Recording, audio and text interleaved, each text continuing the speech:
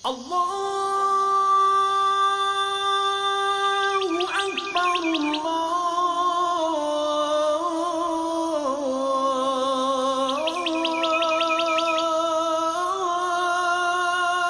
Akbar.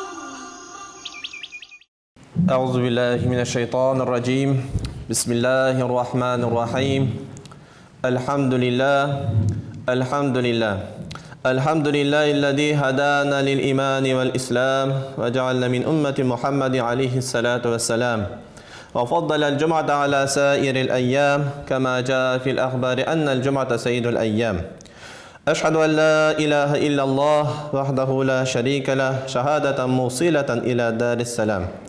وأشهد أن محمد عبده ورسوله سيد الأنام صلى الله تعالى عليه وعلى آله وأصحابه برارة الكرام، خصوصا منهم على أبي بكر الصديق وعمر الفاروق وعثمان ذو النورين وعلي المرتضى أئمة رضوان الله تعالى أجمعين.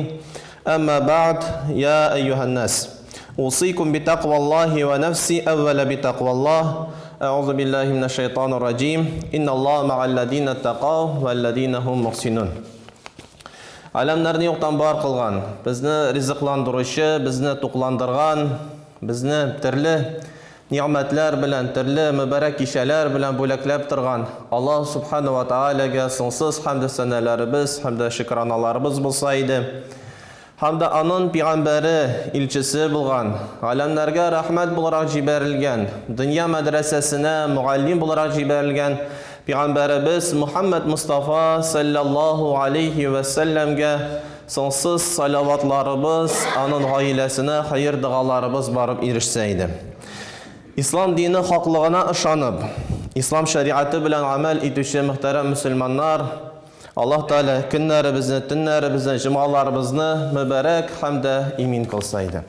Alhamdulillah, Allah Teala bizga şuşu mübarek günlerini, mübarek oylarını ko'rgan nasip eyledi. Hamda Peygamberimiz sallallahu aleyhi ve sellem şuşu mübarek oylar kelgan vaqtında şunday dua qila edi. Hamda ul duani irata edi. Allahumma barik lana Rajab ve Şaban ve balighna Ramadan deb. Ey Rabbim, Recep hamda Şaban ayların bereketli kıl, imin kıl. Hamda Ramazan aylarını ko'rarga bizga nasip eyle deb shunday duoda bulunaydı. Elhamdülillah, Allah Teala bizga şuşu kunlarni ko'rga nasip eyledi. Aslında Allah Teala bizga bik rahmetlidir. Hamda Allah Teala bizga kunda 5 vaqt namaz bere, o'zining rahmetini ko'rsata. Hamda kishi nihoyat gunohkor bo'lmasin, Allah Teala o'zining bandasini yaratganini shuni bilan ko'rsata. Atna sayın bizga cuma namazlarini bere, yılda ayit namazlarini bere, hamda mübarek kişiler bilan siyindirib tura bizni muhtaram cemaat. Hamda Allah Teala Qur'oni Karimda aytam, Estaizu billah ve in ta'uddu ni'matallahi la tuhsuha deb ayta. Ya'ni kishi mana Allohning bergan ne'matlarini nihoyatlik sanay boshlasa, ul Allohni sanab bitira olmas edi. Hamda endi mana elhamdülillah Allah Teala bizga şuşu mübarek Şaban aylarını da ko'rga nasip eyledi.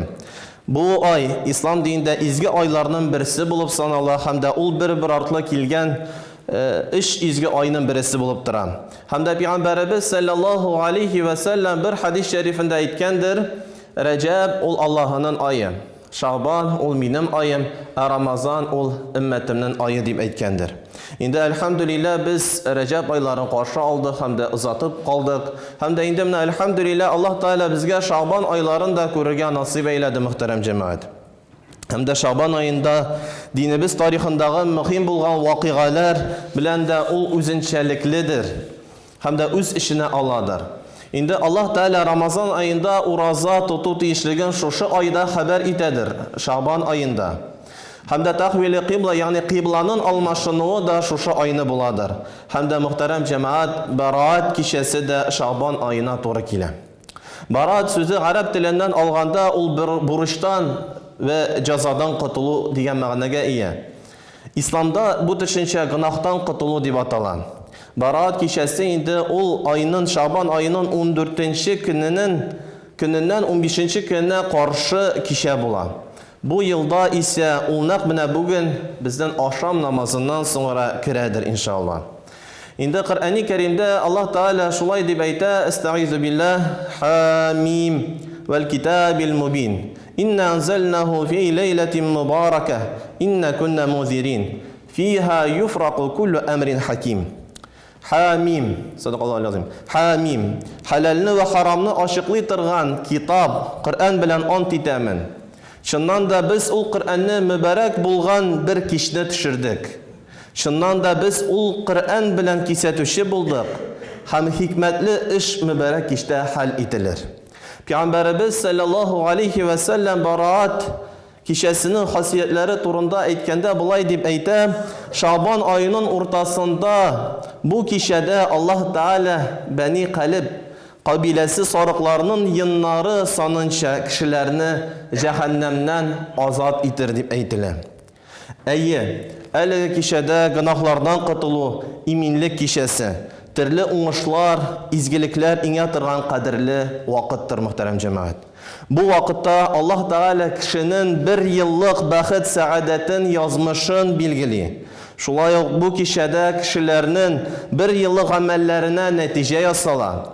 Алдагы ел өчен бөтен мәхлукларның ризыклары киләсе ел эчендә туачак һәм дә вафат булачак кешеләр дә бу кичәне билгеләнелер. Бу кичтә гөнаһлары өчен гафу үтенсә, кеше бу кичтә гөнаһлары өчен гафу үтенсә, иншаллаһ, Аллаһ Таала ул кешенең гөнаһларын ярлыкар. Инде шундый сорау турырга мөмкин. Мөселман бу кичәдә нинди гамәлләр кылырга тиеш дигән сорауга, инде иң беренче чиратта бу кичәне без күбрәк Коръән укып, Пәйгамбәребезгә саллаллаху алейхи ва саллямга салаватлар китереп, һәм дә хәйр дугада булынырга тиешлебездер. Нәкъ шулай ук та, мөхтәрәм җәмәгать, инде без факирләргә, мискиннәргә, мохтаҗ кешеләргә садақалар биреп, һәр вакыт гыйбадәттә, изгелектә булынырга тиешлебездер. Ибн Маҗадан Аллаһ аннан разый булсын тапшылган Пәйгамбәребез саллаллаху алейхи ва саллям булай дип әйткәне риваят ителә: Шабан аеның 15-нче кичәсе керсә, аны гыйбадәт белән уздырыгыз. Көндез ураза тотыгыз. Чөнки ул кичне Аллаһ Таала кояшның чыгуына кадәр дөньяга рәхмәт карашы белән карар һәм дә буйырыр. Юкмы гафу сораучы, аны гафу итәм. Юкмы ризык сораучы, аны ризыкландырам. Юкмы кайгылы ва ауру кеше, шифасын һәм дә давасын бирермен. Моннан тыш нинди теләкләр бар, сорасыннар, бирермен һәм бу хәл кыяш чыкканчы дәвам ителер дип әйтелә, мөхтәрәм җәмәгать.